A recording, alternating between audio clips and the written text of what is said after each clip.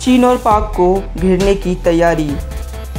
भारतीय नेवी को मिला आईएनएस विक्रांत। आईएनएस विक्रांत के बाद अब आईएनएस विशाल की तैयारी, दुनिया देखेगी भारत का दम।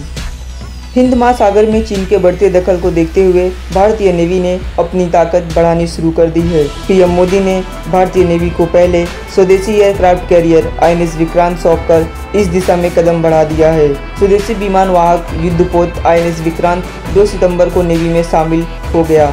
आईएनएस विक्रांत के नेवी को मिलने के बाद अब भारत के तीसरे एयरक्राफ्ट कैरियर की चर्चा शुरू हो गई है। लोगों के मन में आईएनएस विशाल को लेकर कई तरह की सवाल उठ रहे हैं। यहाँ हम आपको आईएनएस विशाल के बारे में सब कुछ बताएंगे।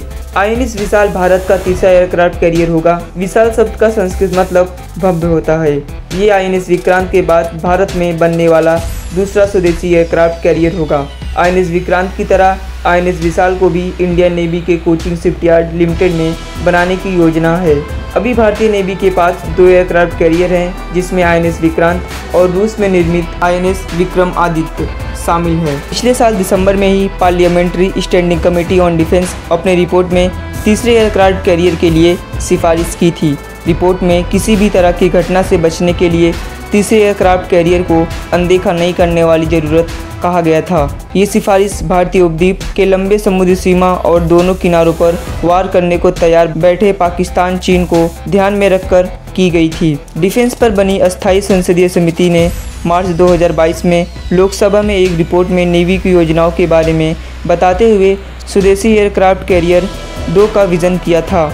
नेवी जानती थी कि देश के पास हर समय कम से कम 3 युद्धपोत रहे, ताकि अगर एक को भी रिपेयरिंग की ज़रूरत पड़े तो 2 हमेशा सेवा में तैनात रहे। रिपोर्ट के अनुसार आईएनएस विशाल की संभावित लंबाई 284 मीटर और चौड़ाई 60 मीटर हो सकती है और इसका संभावित वजन 65,000 टन होगा। इसकी स्पीड 55 किलोमीटर प्रति घंटा होने की उम्मीद है, यानी ये भारत का सबसे बड़ा एयरक्राफ्ट कैरियर होगा।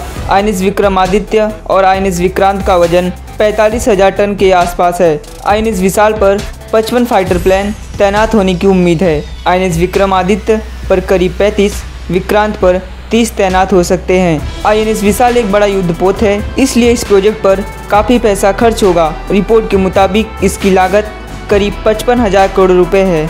इस एयरक्राफ्ट कैरियर पर 2300 क्रू मेंबर रह सकेंगे। वहीं आईएनएस विक्रांत की लागत करीब 20,000 करोड़ रुपए हैं। आईएनएस विशाल के 2030 तक नेवी में शामिल होने की उम्मीद है। भारत को समुद्र के सुरक्षा के लिए एयरक्राफ्ट कैरियर सबसे ज़्यादा ज़रूरत है। हालांकि वर्ष में भारत के आसपास समुद्री इलाके, खास करके हिंद महासागर में चीन की पहुँच बहुत बड़ी है।